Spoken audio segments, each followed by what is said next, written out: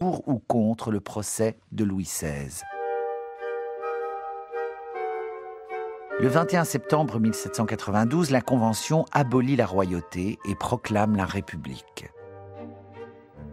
En novembre, après la découverte de lettres prouvant sa collusion avec les monarchies européennes, le roi est accusé de trahison. Faut-il un procès pour juger Louis XVI? Les Jacobins sont pour, les Girondins contre. Dans son discours à l'Assemblée du 3 décembre, Robespierre, le chef des montagnards, défend une position radicale. Le roi n'est pas sujet de droit, il est coupable de fait, et lui faire un procès peut mettre en danger la Révolution. Voici un extrait de son plaidoyer implacable pour le régicide. Arrêté le 20 novembre 1792, Louis XVI est condamné à mort le 15 janvier 1793 et guillotiné le 21 janvier. L'année suivante, Danton et Robespierre connaîtront le même sort. Il n'y a point ici de procès à faire. Louis n'est point un accusé. Vous n'êtes point des juges. Vous ne pouvez être que des hommes d'État et les représentants de la nation. Vous n'avez point une sentence à rendre pour ou contre un homme, mais une mesure de salut public à prendre, un acte de providence nationale à exercer. Quel est le parti que la scène politique prescrit pour cimenter la République naissante? C'est de graver profondément dans les cœurs le mépris de la royauté et de frapper de stupeur tous les partisans du roi. Louis fut roi et la République est fondée. La question fameuse qui vous occupe est décidée par ces seuls mots. Louis est détrôné par ses crimes. Louis dénonçait le peuple français comme rebelle.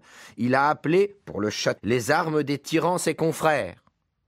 Or, la victoire et le peuple ont décidé que lui seul était rebelle. Louis ne peut donc être jugé. Il est déjà condamné. Il est condamné où la République n'est point absoute. Proposer de faire le procès à Louis XVI, c'est rétrograder vers le despotisme royal et constitutionnel. C'est une idée contre-révolutionnaire, car c'est mettre la Révolution elle-même en litige. En effet, si Louis peut être encore l'objet d'un procès, Louis peut être absous. Il peut être innocent.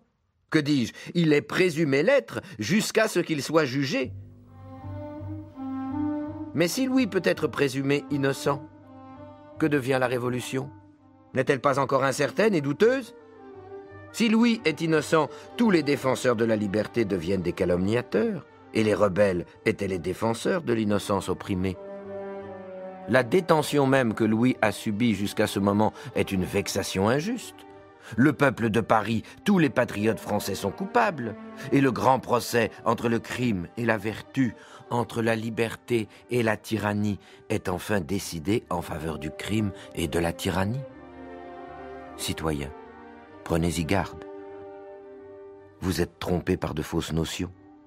Vous confondez encore la situation d'un peuple en révolution avec celle d'un peuple dont le gouvernement est affermi. Les peuples ne jugent pas comme les cours judiciaires. Ils ne vendent point de sentence.